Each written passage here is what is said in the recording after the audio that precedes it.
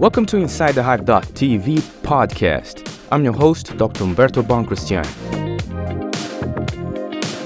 In this podcast, we talk about the teachings of the most successful society in natural history, the honeybees.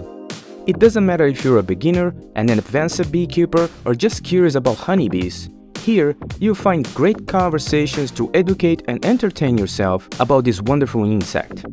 From honeybee biology to how to make money with honeybees, you won't miss anything here. In this episode, I sit down with Dr. Sanford to discuss an article he wrote years ago that is still very relevant today. We talk about the ongoing conflict between beekeepers and honeybee researchers. What do beekeepers want and expect from researchers? What do researchers want and expect from beekeepers? It is a fascinating topic, and I hope you enjoy our conversation. All right, Professor, welcome back. I'm curious to know why you want to talk about this subject specifically with me. There is anything related with because it's me and my relationship with academia? Well, I think it does. I'm looking for a focus of this particular topic that we're talking about. I wrote an article on my website called What Scientists and Beekeepers Want. And that was something that I agendaed over a few years about trying to figure out what beekeepers and scientists were all about. And we put that in the show notes, that particular article that I've written up. And basically, if you boil it down to two things, beekeepers want results. Beekeepers want results of whatever studies are being done. Researchers want results, yes, but they're really interested in what? They're interested in publication. So sometimes that gets turned around, and so beekeepers have said in the past, all researchers care about is publishing. Well, they do care about publishing, but that's not the only thing, obviously. And then over time, then researchers say, well, beekeepers don't give a damn what we're doing. We're like, we need to publish so we get the results, and then they can understand and figure out what's going on. So that's kind of the gist of that particular article. Professor, when did you publish that article? Because I think the things is still the same, and I've been in 3-4 universities so far, and I can attest to you that I would think anything changed since you published that article. Well, it was published on my website. I suspect around 2017 or something like that. I'm not sure exactly. I have to go back and look to see.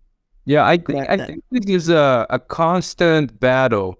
Decades ago, too, I remember my father, as a beekeeper, having issues with researchers in Brazil back in the day when I was, 15. My father was concerned when I started to go to the research area, and he was afraid that I was going to become one of those. That's the only you're going to become one of those scientists that say a lot of things but don't say anything. That's the. Well, we're not going to we're not going to solve that problem in this podcast. But I think we do need to refer back to it on occasion. I think you're right about that. And so in my career, it's the same thing. Now remember that we're two different kinds of guys. You're a kind of a trained researcher, a trained scientist, and then you're doing publications and you're doing your write-ups and you're doing your website and whatever else. I come from another background. I come from what we call in the United States, at least, the extension background. The extension being the extension of information from research into usable information. And so that's part of the problem here in that sense that and these two things again, as mentioned, are a constant within the system. So we just have to deal with that.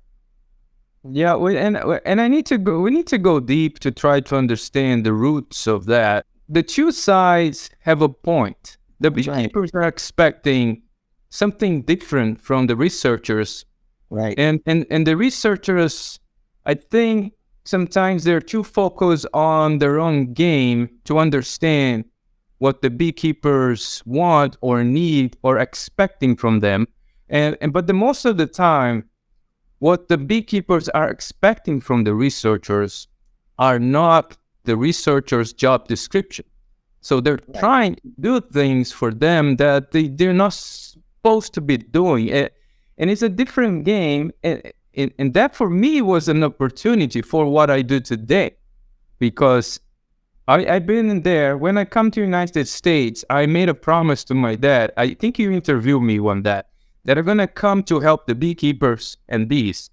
And it was really hard for me to help the beekeepers the way they want and need, and at the same time playing the game to be an academic, to survive in academia.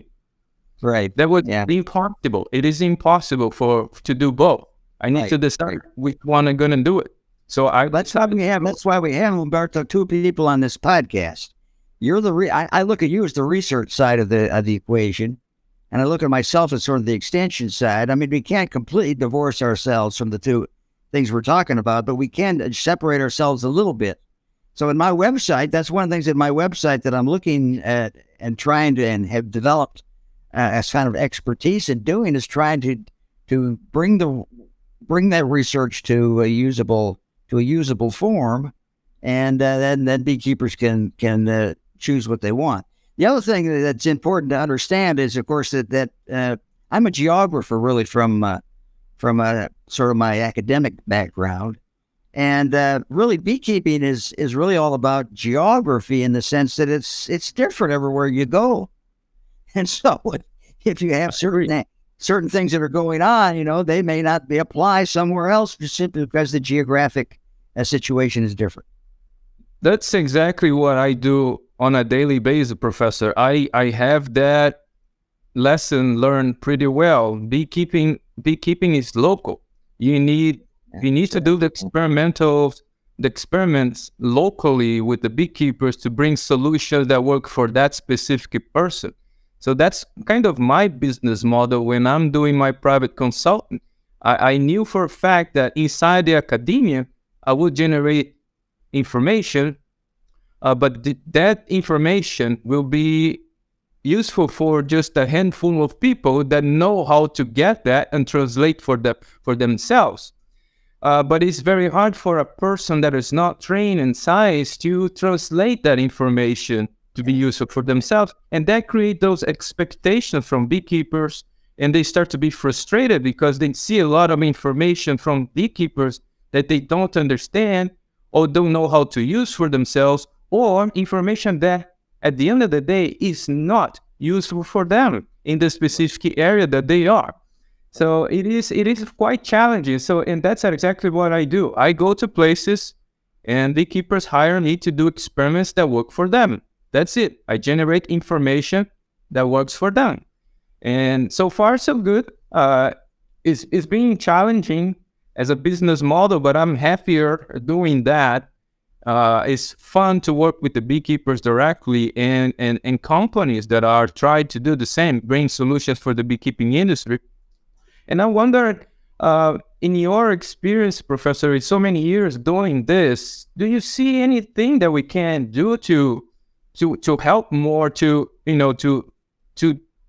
fill the gap of that bridge between how you can get that the scientist trying to do something more practical, if it is possible in the academic environment, and beekeepers perhaps try to educate themselves a little bit more in the scientific method to understand what the researchers are doing, right, and try to absorb the information that are useful for them, and not being expecting every single thing the researchers do is going to be beneficial to them, because that's never going to happen. Right. I agree with that. Do you see anything we can do to perhaps help with that? Something that you're doing this for so long. Well, yeah. I mean, I think we have to.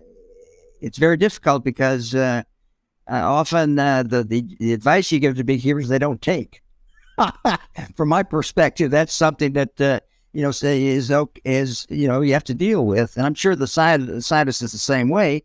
They have certain things, and it doesn't take with a beekeeper either. So you really have to go back to the beekeeper and say, what is it? Where's the information coming from?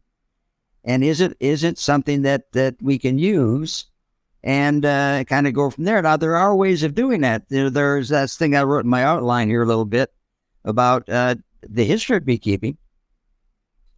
We could start with what I call the federal labs. Yeah. Federal labs, you're up there near Beltsville, and I guess your wife's working for Beltsville. Yeah. The Beltsville lab. So that's the classical beekeeping research was done in these labs. And we have now, 4 of them now. I think we got Beltsville, we got Tucson, we got Baton Rouge, and what's the other one? I used to have to check. I got to go back on my notes here. I don't remember either. Baton Rouge, Beltsville, Tucson, and Weslaco. Yep. Weslaco was the lab at one time, but not anymore. But those are the 3 anyway, and they will probably get in and out as time goes on. Tucson, Baton Rouge, Beltsville, and I think Weslaco was the one that just recently was retired. They don't do that anymore. And then there's the one for the one out in the West, which is for not for honeybees, but for stingless bees, other kinds of bees. It's done. I think that's in Logan, Utah. Yep. Yeah. But Professor, maybe we should explain a little bit of the role of those labs and the difference from these labs and academic labs, because there are differences that I think we should address. For example, those government labs, they have a budget every year provided by the government to do research, and specifically for honeybees, and to make those something useful for the industry. They're more directly related with the directly needs of the industry. And academic labs are more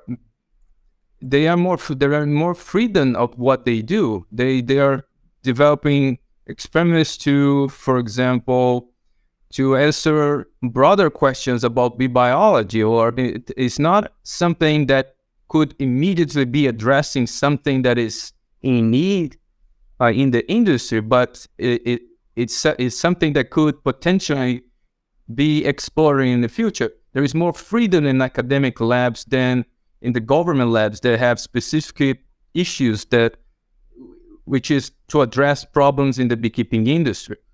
So they have to communicate too. They have to communicate with each other. That's part of the issue.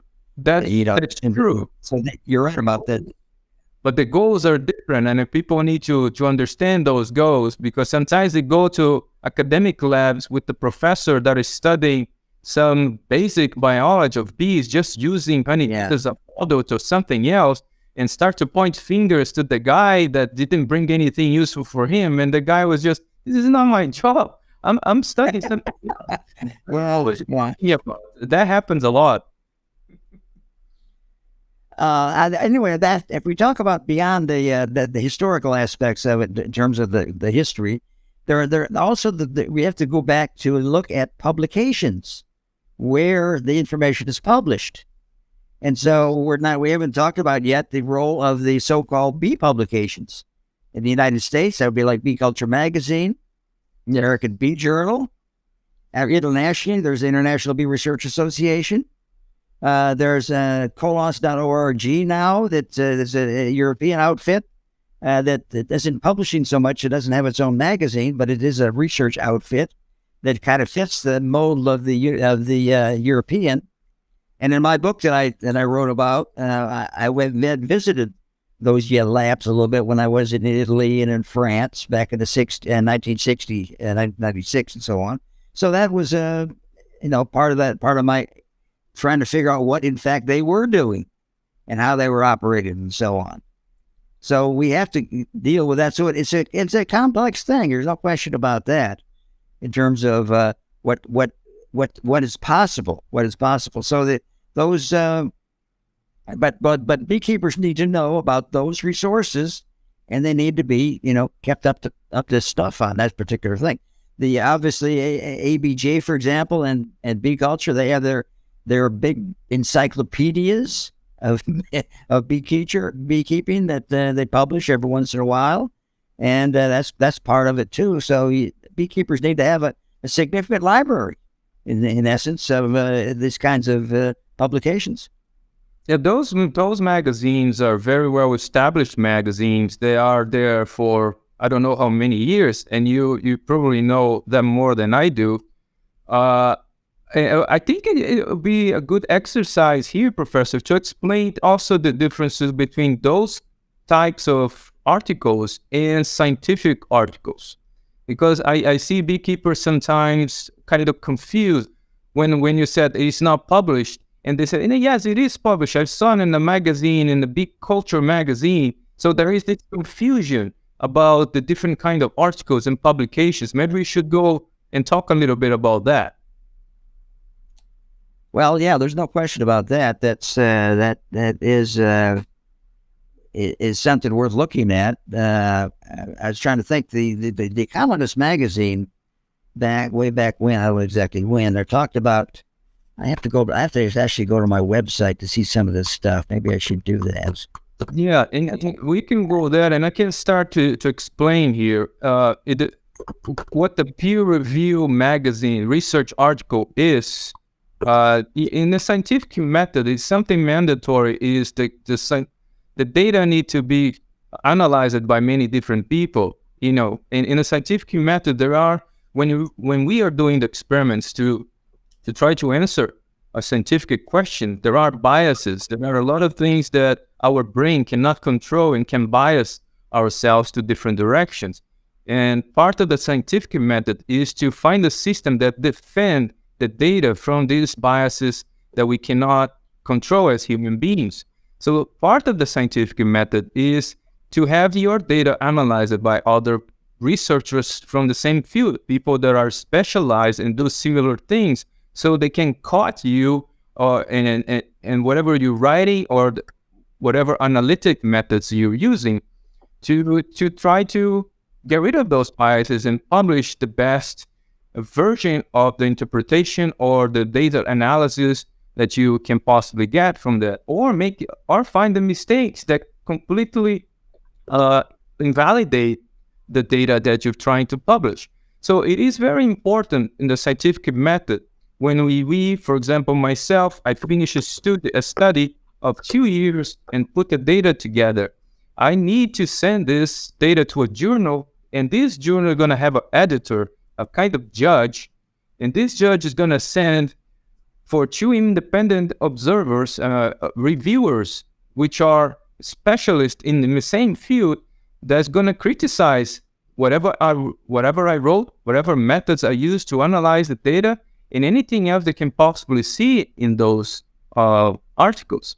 So there is this vetting system, which is very important in the scientific community before you publish something. However, in other magazines, this vetting system doesn't exist. There are not peer-reviewed magazines or articles. So to just go there and the editor decide by himself is going to publish or not, based on many criteria that sometimes we don't even understand. It's not a scientific criteria. It's more something that is going to be more related with what the viewer of that specific magazine wants to hear or read. So they're more open. They're not verified too.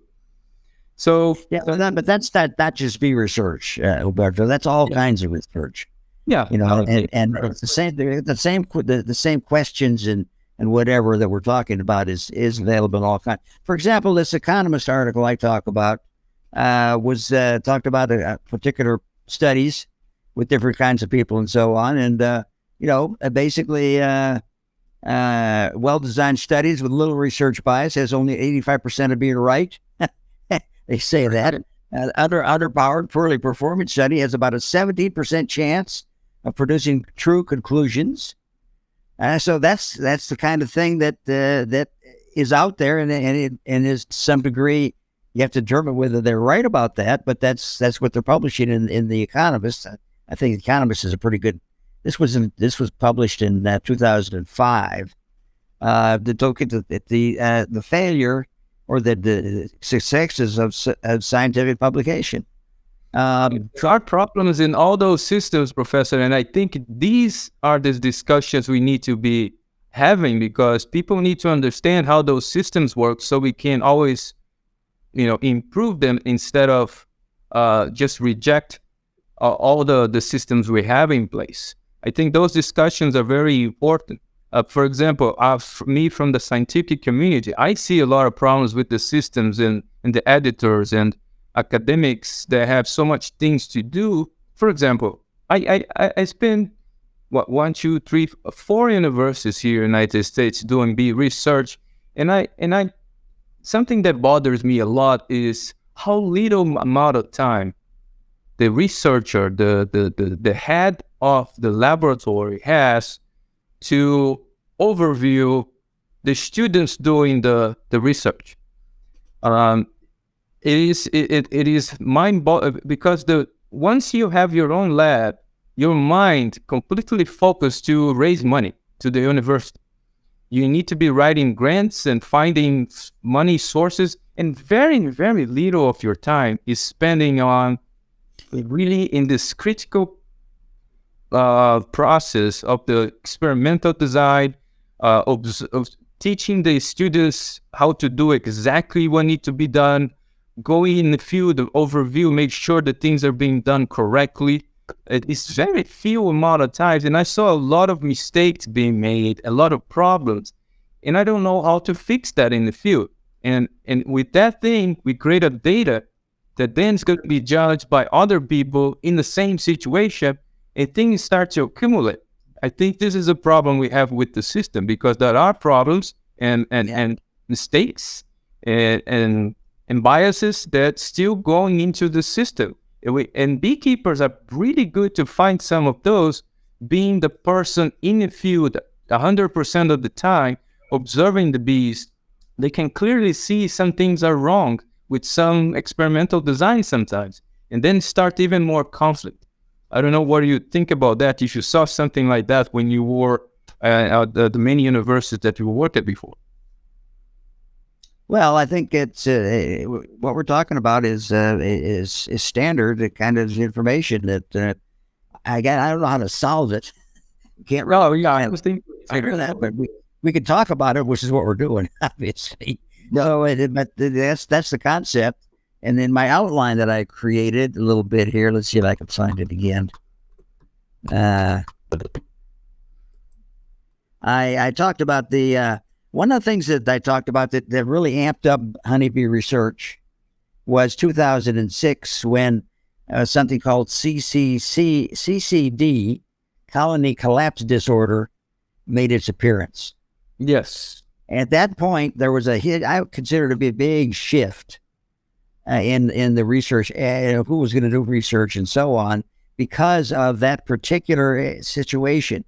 We really still don't know what CCD really is. We've got an idea. We got people that are talking about it and they've researched it and so on, but it's still out there as that's what created this kind of a new area for people to do research in honeybees with reference to that particular, if you want to call it a disease or situation or whatever.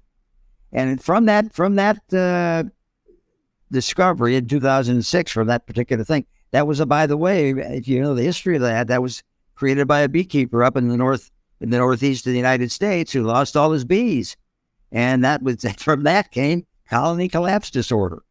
And then the new research outfits that came out of that would be one that we know about is what's called Project Apis M. That's and then Project Apis M now is cooperating with the National Honey Board, and they're doing a lot of great research. It's really good. They are funding a phenomenal research, and I don't know if you know, I am covering a couple of those research articles in my channel, and Project Apis M right now is one of my collaborators. Yeah, so we will work together. So as you do your thing, you're also, you're in a way attempting to kind of come together with these two particular things we're talking about. And the other thing is Randy Oliver. I noticed that you've got something on your InsideTheHive.tv with a couple of interviews with Randy Oliver.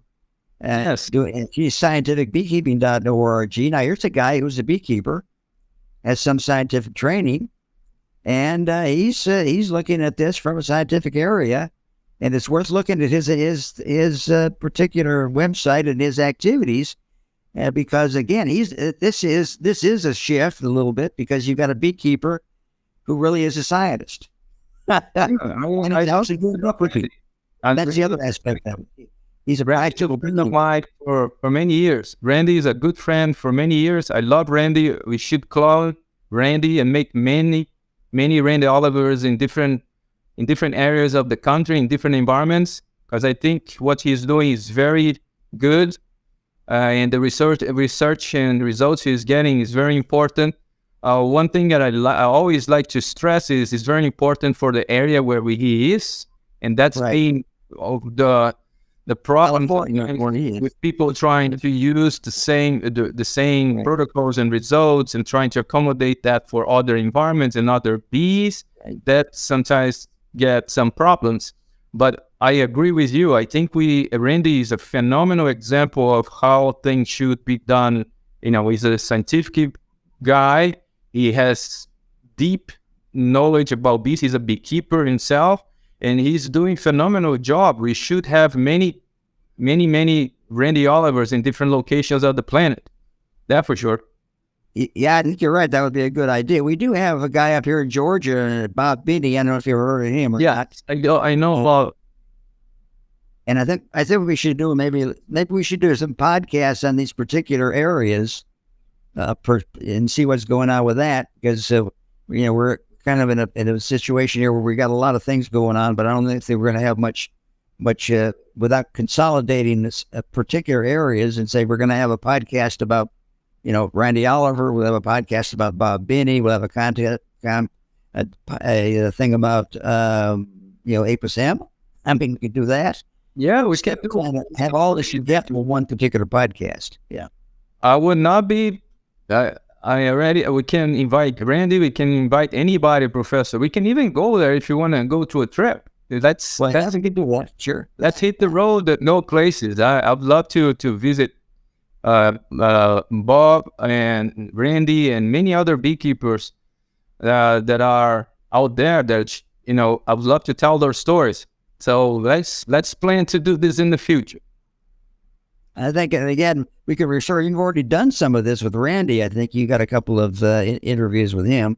Yeah, I'm going to leave a link in the description of the video or the description of the show if you're listening in your podcast provider that you like. I'm going to leave the links of everything that we're talking about here. All the links are going to be there. So the website of Dr. Malcolm Samford, Randy Oliver's website, my one website, his book, everything is going to be there so you can easily access everything we're talking about here.